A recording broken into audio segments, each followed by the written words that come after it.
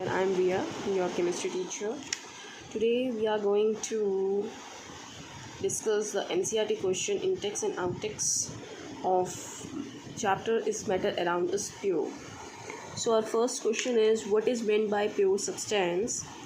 A pure substance is one that consists of a single type of particle, that is, all constituent particles of the substance have the same chemical nature. Pure substance can be classified as elements or compounds. List the points of difference between the homogeneous and heterogeneous mixture that you already done in your notes. Next is, what is the differentiate between homogeneous and heterogeneous mixture with the example already done. How are sole solution suspension different from each other? So here sole is a heterogeneous mixture. In this mixture the solute particles are so small that they cannot be seen with the naked eyes. Also, they seem to be spread uniformly throughout the mixture. The Tyndall effect is observed in this mixture, for example, milk of magnesia, mud, etc. Solution is a homogeneous mixture. In this mixture, the solute particles dissolve and spread uniformly throughout the mixture. The Tyndall effect is not observed in this mixture. For example, salt in water, sugar in water, iodine in alcohol, alloy. Iodine in alcohol is known to be the tincture of iodine. Suspension are the heterogeneous mixture. In this mixture, the solute particles are visible to the naked eye and remain suspended throughout the bulk of medium. The Tyndall effect is observed in this mixture, for example, chalk powder and water, wheat flour and water. Next is, to make the saturated solution, 36 gram of sodium chloride is dissolved in 100 gram of water at 293 Kelvin. Find its concentration at this temperature. So here we are taking the mass of solute sodium chloride जो है वो dissolve हुआ 100 gram of water. That means here we are considering the solute sodium chloride and water is acting as a solvent. So total solution become mass of solute plus mass of solvent, 36 plus 100, which is equal to 136 grams. Therefore, the concentration mass by mass percent of the solution is given as mass of solute upon mass of solvent into 100. That is 36 upon 136 into 100, which is 26.4%. Page number 24. How will you separate a mixture containing kerosene and petrol? Difference in their boiling points is more than 25 degrees Celsius. As you know, fractional distillation having the temperature condition boiling point less than 25 degrees Celsius. Here the temperature condition is giving boiling point is more than 25 degrees Celsius. That means fractional distillation is not working here. So here we are dealing with the simple distillation process, and you have to write the distillation method that we have read in the videos here to explain the diagram. So in this method, the mixture of kerosene and petrol is taken in a distillation flask with a thermometer fitted in it. We also need a beaker, a water condenser and a Bunsen burner. The apparatus is arranged as shown in the above figure. Then the mixture is heated slowly. The thermometer should be watched simultaneously. Kerosene will vaporize and condense in the water condenser. The condensed kerosene is collected from the condenser outlet, whereas petrol is left behind in the distillation flask. So this is the way to give the answer of the question. Next question, name the techniques to separate. This is again important question, as in 1 mark, filling the blanks, multiple choice, etc. Butter can be separated from curd, that is centrifugation. All milk products can be separated by the centrifugation process. Salt can be separated from the seawater by evaporation process. Camphor can be separated from salt by the sublimation process.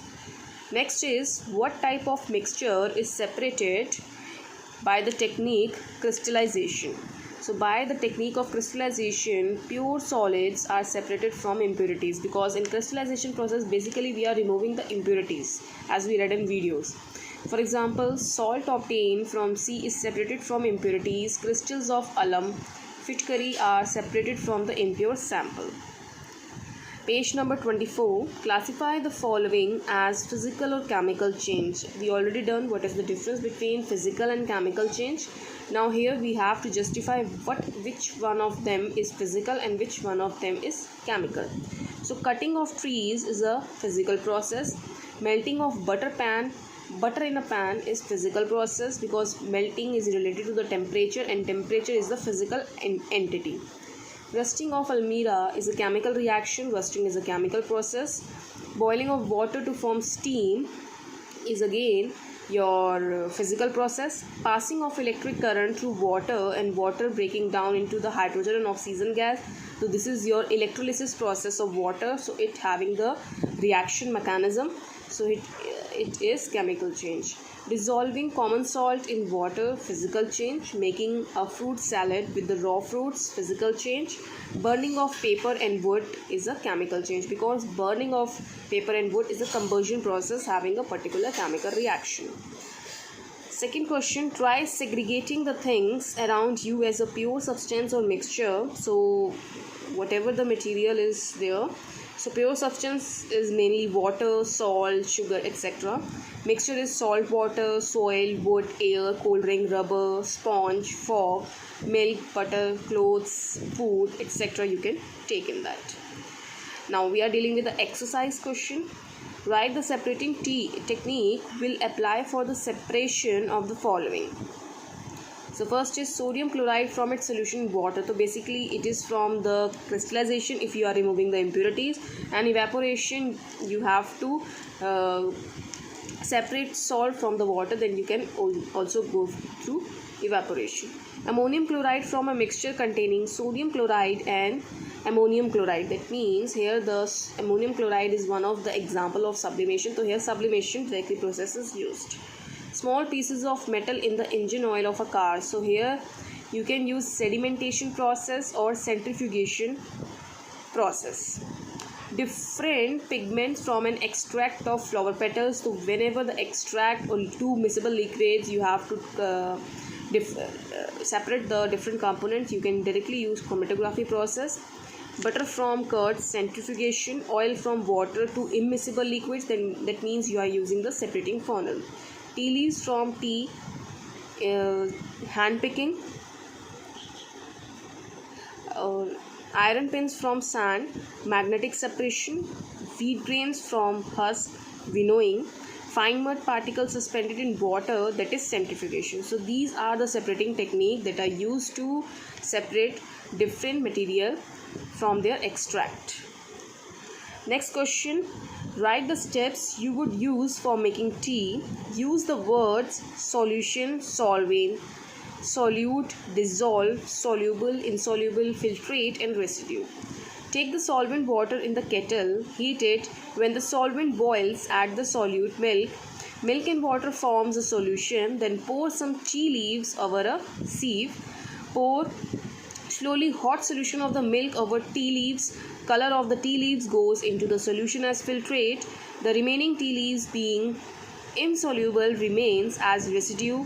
Add requisite sugar which dissolve and tea is ready. So you have to prepare the tea by using these words. Solution is the total solution. Solvent if you are adding the water. Solute, that is your tea leaves. Dissolving, the mixing of the two solution. Soluble, milne ki kshamta. If it is remains insoluble, that means the precipitate settle down. Then you have to use the filtration process to separate filtrate and residue. Next question is, Pragya tested the solubility of the three. Solubility is the mixing power between the solute and solvent present in the solution. So Pragya tested the solubility of three different substances at different temperature and collected the data as given below. Results are given in the following table as grams of substance dissolved in 100 gram of water to form a saturated solution. As you know, what is the difference between saturated and unsaturated solution, that we already done in the video. So there is a table having the temperature 283, 293, 313, 333, 353, potassium nitrate, sodium chloride, potassium chloride, ammonium chloride. So in first case, what mass of the potassium nitrate would be needed to produce a saturated solution of potassium nitrate? nitrate in 50 grams of water at 313 Kelvin. Pragya makes a saturated solution of potassium chloride in water at 355 Kelvin and leave the solution to cool at room temperature. What would be the observation of the solution cools? Find the solubility of each salt at 293 Kelvin. Which salts has the high solubility at this temperature, and what is the effect of change of temperature on the solubility of a salt? So here we are discussing. At 313 Kelvin, potassium nitrate saturated solution of 100 gram of water is equal to 62 gram. That is nothing but the mass of potassium nitrate. And potassium nitrate for the saturated of 50 grams, then you have to divide it by 2, it becomes 31 gram. Next, some amount of dissolved potassium chloride will reappear as undissolved solid as solubility of solute decreases with decrease in temperature. So the solubility of the solute is directly proportional to the temperature. So temperature is directly proportional to evaporation. This is the concept you can go through. Solubility of each salt at 393 Kelvin are as follow. Potassium nitrate 32, sodium chloride 36, potassium chloride 35, ammonium chloride 37. Ammonium chloride salt has the highest solubility at this temperature. Solubility of the salt increases with increase in temperature. So this is the directly proportional relationship. Now next question is, explain the following giving example: saturated solution, pure substance, colloid suspension. I think you've all done in your notes, so there is no need of discussion here. Same language, same answer. Classify each of the following as a homogeneous and heterogeneous mixture. Soda water, that is come in the homogeneous. Wood, heterogeneous. Air is a homogeneous mixture. We are considering the air mixture, but it is a homogeneous. Soil is a heterogeneous. You can separate it with the help of hand picking process. Vinegar, that is a homogeneous. Filtered tea homogeneous. Next question, how would you confirm that colorless liquid given to you is a pure water? So every liquid has a characteristics boiling point at 1 atmospheric pressure. Atmospheric pressure we also write is ATM. That is the one of the unit of pressure, atmospheric pressure.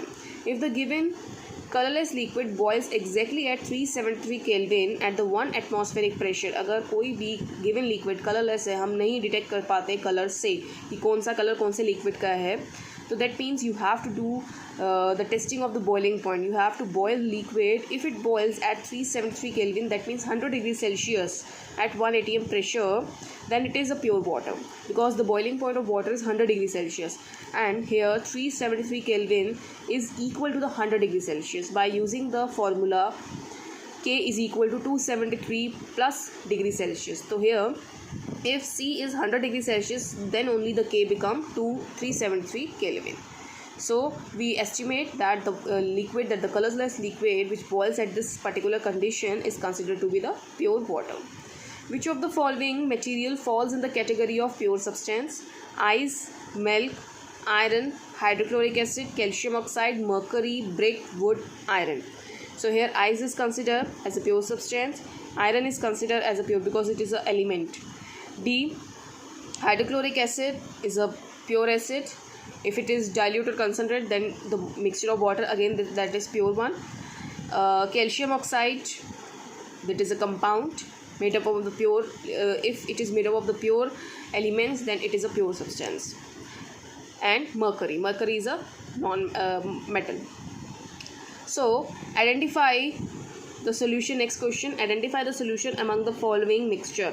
So you have to consider the solution. Soil is a mixture. Sea water, air, coal, soda water. Soda water is a solution. So here soda water, sea water, air are solution among the mixture. That means, which of the following will show the Tyndall effect? So Tyndall effect is the scattering of light through a beam. So scattering of particles through a beam.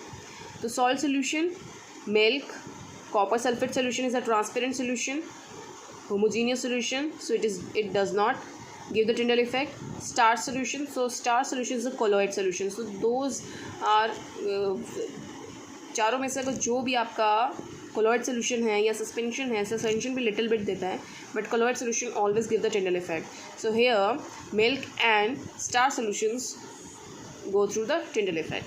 Classify the following into elements, compounds and mixture.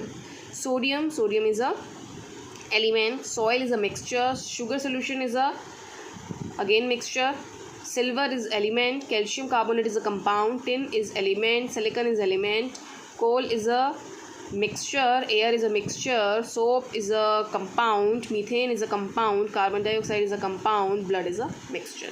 So here are the examples.